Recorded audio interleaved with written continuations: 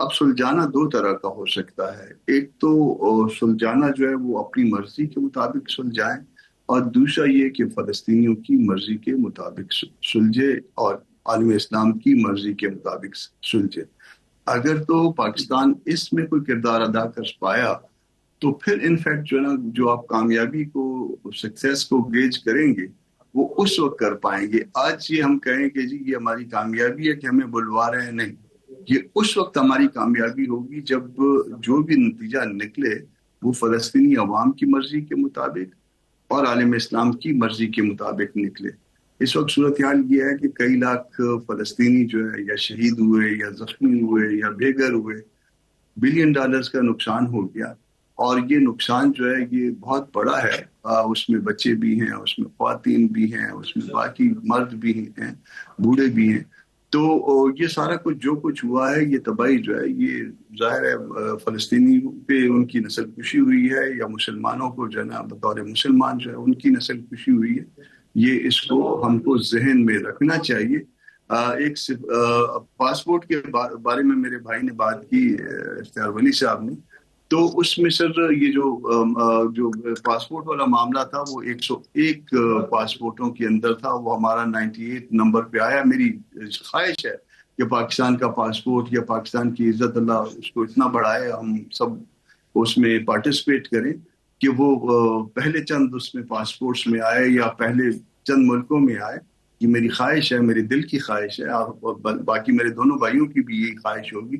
मगर वो जो ना 101 कमरान पासपोर्ट में साहब, मैं था, आपको एक उसमें बात बताऊं, इराक, अफगानिस्तान, मैं अभी एक और खुद मुल्क जो अमेरिका है, आया हूँ ये थोड़े दिन तीन पहले। मुल्क जो है ना हमसे कमरान नीचे थे, साहब, मैं बाकी जो है अपना ना हम आपको जाती बॉटम मुशाहिदा से जो है बताऊं, ना मैं चौथे अमेरिका आया नंबर हूँ पे। थोड़े दिन पहले, और मैं सर आया हूँ यहाँ पे जब तो मुझे मेरे पासपोर्ट के देख के उन्होंने अलग खड़ा कर दिया था, और कोई 20 मिनट मुझे अलग मेरी इंटेरोगेशन हुई है, उसके बाद मुझे अंदर आने की इजाजत मिली है।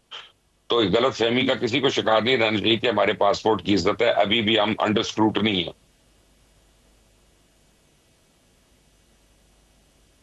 ऐसे ही है।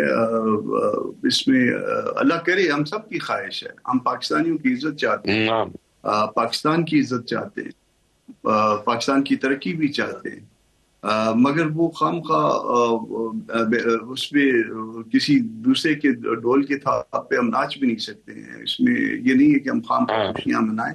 भले जो है ना वो इसमें हमारी अपनी हुकूमत हो, हमारे मुखालिफ पार्टियों की हुकूमत हो, जो हकीकत है वो हकीकत है। उस हकीकत को मद्देनजर रखना चाहिए। ये बुलवाया नहीं गया आप है, ये झुटला हम सकते, बहुत जो है जो ना हकीकत है वो वो हकीकत है। सराते मुस्तकीम पे चल। बिल्कुल। इसमें जितना इज्जत का वो मेरे भाई ने बताया कि जितनी इज्जत हो रही है, मगर अगर फर्ज कर लीजिए कि हम उस लाइन पे, हम उस दीवार पे सीधा न चल पाए, तो उसी तरह से खुदा न खास्ता बेइज्जती का भी अंदेशा है। तो इसमें बहुत हो मोहतात सकते, होना चाहिए। ओके, ठीक है। शफीउल्लाह जान, आप हमारे सबसे यंग मेहमान हैं, आपकी इसमें क्या राय है? सबसे पहले मुबशिर साहब आपका शुक्रिया। जिस तरह कमरान मुर्तज़ा साहब ने पासपोर्ट का जिक्र किया और उससे पहले इख्तियार वली साहब ने डंके बजाए। देखिए, आपने खुद उस बयानियों का ज़मीन बोस कर दिया। आपने खुद कह दिया है कि मुझे 20 मिनट तक एक अलग लाइन में खड़ा रहा, उसके बाद मुझे जाने की इजाज़त दी। जिस तरीके से हमने जब इंडिया के खिलाफ एक जंग जीती हमारी आर्म फोर्सेस ने, वो बहुत अच्छा मौका था हमारे पास, लेकिन बदकिस्मती से इस नाअहल गवर्नमेंट ने वो मौका भी ज़ाया कर दिया। हम नेशनली और इंटरनेशनली हमें कोई ऐसी अचीवमेंट हासिल नहीं की। अगर आप इंटरनेशनली देख ले तो हमारा इमेज वो बन नहीं पाया, हालांकि सब कुछ ये कहते हैं एक पेज पे है। जब एक पेज पे है तो हमें इंटरनेशनली भी कामयाबियां समेटनी चाहिए थी और नेशनली भी समेटनी चाहिए थी। इंटरनेशनली हमारा ये हाल है कि हमारा प्राइम मिनिस्टर 1.5 साल में 38 फॉरेन टूर किए उन्होंने, और 1 रुपए की इन्वेस्टमेंट वो नहीं लेके आए।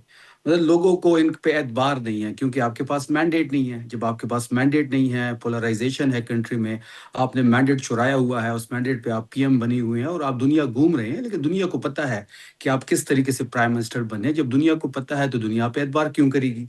और इसी तरह अगर आप देख लें नेशनली, आप अपने इकोनॉमिक कंडीशन देख लें, आपका जीटीबी किधर है, आपका फॉरेन डायरेक्ट इन्वेस्टमेंट कहाँ पे है, आपका जो एक फॉरेन एक्सचेंज रेट है वो कहाँ पे है, रेमिटेंस ये कहते हैं बड़ी ज़्यादा आ गई। वो इसलिए ज़्यादा आ गई हैं कि सिस्टम से लोग नाला है, लोग बाहर जा रहे हैं। 30 लाख लोग बाहर गए हैं, तो बाहर जाते हैं तो अपनी फैमिली को सपोर्ट करने के लिए पैसे भेज रहे हैं। इनकी बड़ी कामयाबी तो नहीं है।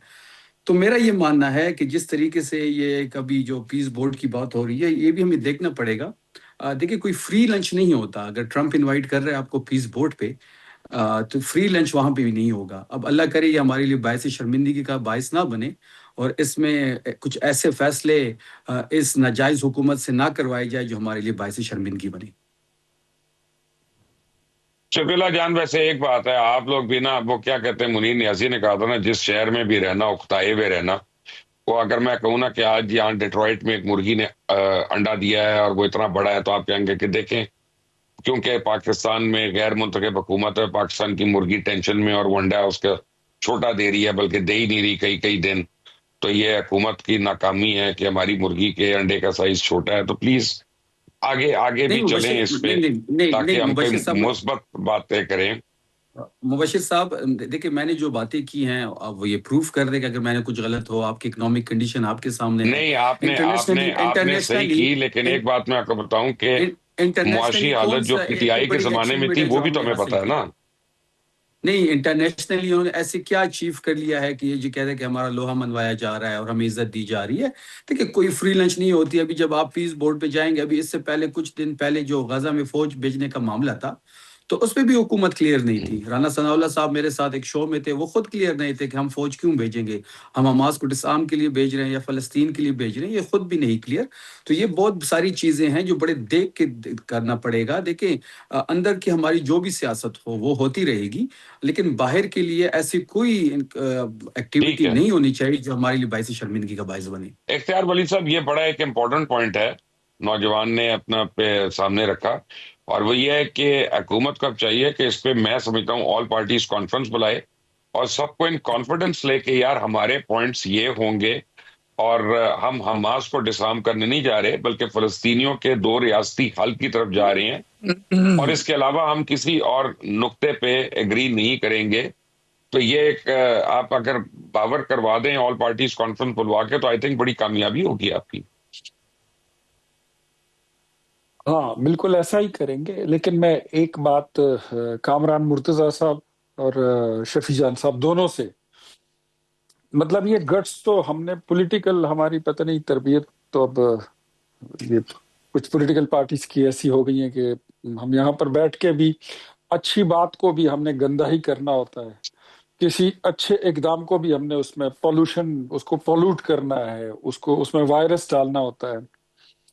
اگر نمبر 102 ہے ٹوٹل پاسپورٹس کا یا 126 ہے، شفیع جان صاحب سے میرا سوال یہی بنتا ہے کہ آپ کی حکومت جب تھی، وہ انقلابی حکومت جس کو ووٹ اس نعرے پر ملا تھا کہ ہم گرین پاسپورٹ کی عزت بڑھائیں گے، اس کی توقیر اور وقار پوری دنیا میں بڑھائیں گے، آپ کی حکومت میں وہ مزید تنزلی کی طرف گیا. وہ عدلیہ جس کی رینکنگ جو تھی وہ مزید تنزلی کی طرف پہ گئی.